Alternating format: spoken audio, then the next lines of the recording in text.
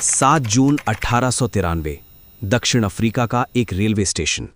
एक नौजवान को ट्रेन से बाहर फेंक दिया जाता है क्योंकि उसकी चमड़ी गोरी नहीं थी। वो नौजवान था मोहनदास करमचंद गांधी।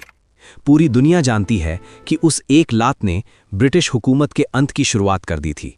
लेकिन क्या आप जानते हैं, साल 1901 में हिंदुस्तान के ही एक शहर सतारा में एक 10 साल के मासूम बच्चे को भी चलती बैलगाड़ी से उतार दिया गया था। गांधी को तो विदेश में अपमान झेलना पड़ा, लेकिन इस बच्चे को अपने ही देश में अपनी ही मिट्टी पर अछूत कहकर ठुकरा दिया गया।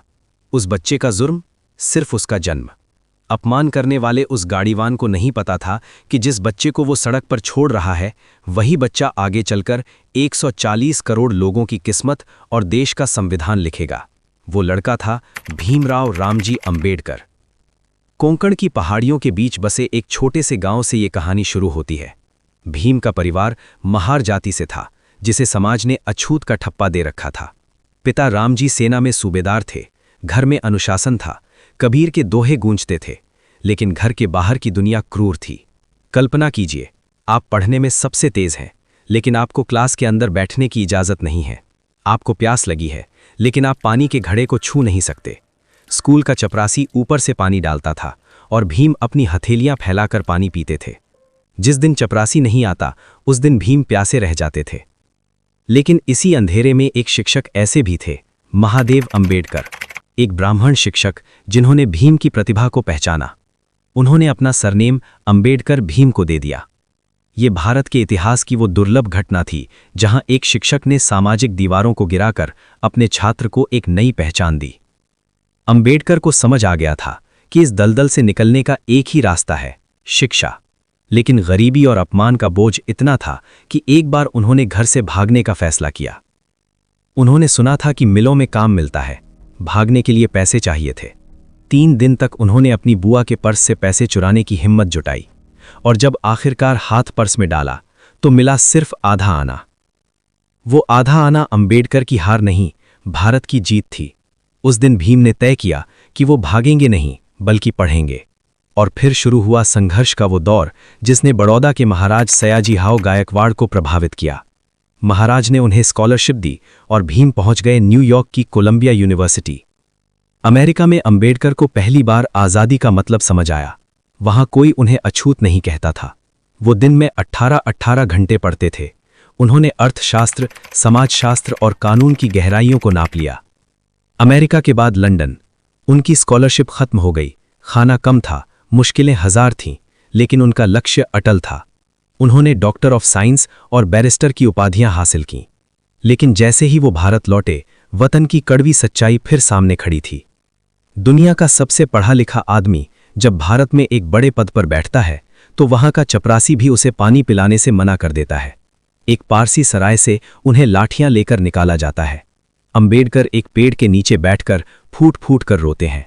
उस दिन उन्होंने तय किया कि अब वो सिर्फ अपने लिए नहीं, अपने समाज के हर उस इंसान के लिए लड़ेंगे जिसे जानवर से भी बदतर समझा जाता है। 1927 महाद का सत्याग्रह। अंबेडकर ने तालाब से पानी पिया। ये सिर्फ पानी पीना नहीं था, ये हजारों सालों की गुलामी के खिलाफ एक विद्रोह था।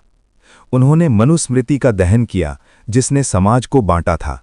अब इतिहास के 2 सबसे बड़े नायक आमने सामने थे, गांधी और अंबेडकर। 1932 में जब अंग्रेजों ने दलितों को अलग चुनाव यानी सेपरेट इलेक्टोरेट का अधिकार दिया, तो गांधी अनशन पर बैठ गए। उन्हें डर था कि इससे हिंदू समाज बंट जाएगा। पूरा देश अंबेडकर का दुश्मन बन गया। उन पर दबाव था, गांधी की जान बचाएं या अपने समाज का अधिकार। अंत में भारी मन से अंबेडकर ने पूना पैक्ट पर हस्ताक्षर किए। उन्होंने गांधी की जान बचाई, लेकिन अपने समाज के राजनैतिक भविष्य के साथ एक बड़ा समझौता किया।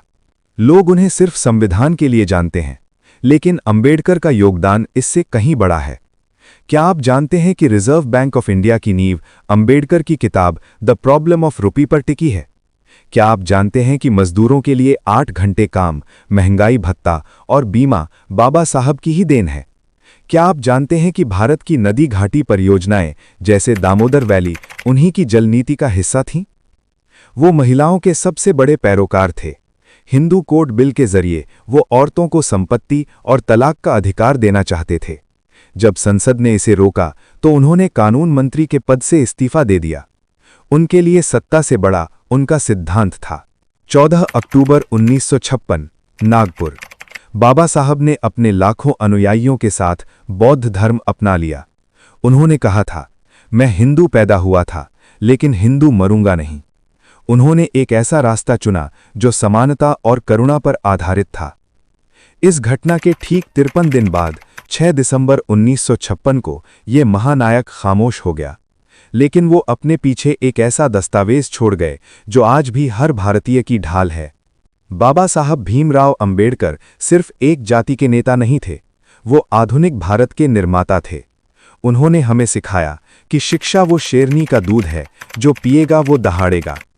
आज जब भी किसी गरीब को न्याय मिलता है, जब भी कोई महिला अपने हक के लिए लड़ती है और जब भी ये देश लोकतंत्र का उत्सव मनाता है, तो कहीं ना कहीं उस 10 साल के बच्चे की मुस्कान छिपी होती है जिसे कभी बैलगाड़ी से उतार दिया गया था। शिक्षित बनो, संगठित रहो और संघर्ष करो। जय भीम, जय हिंद।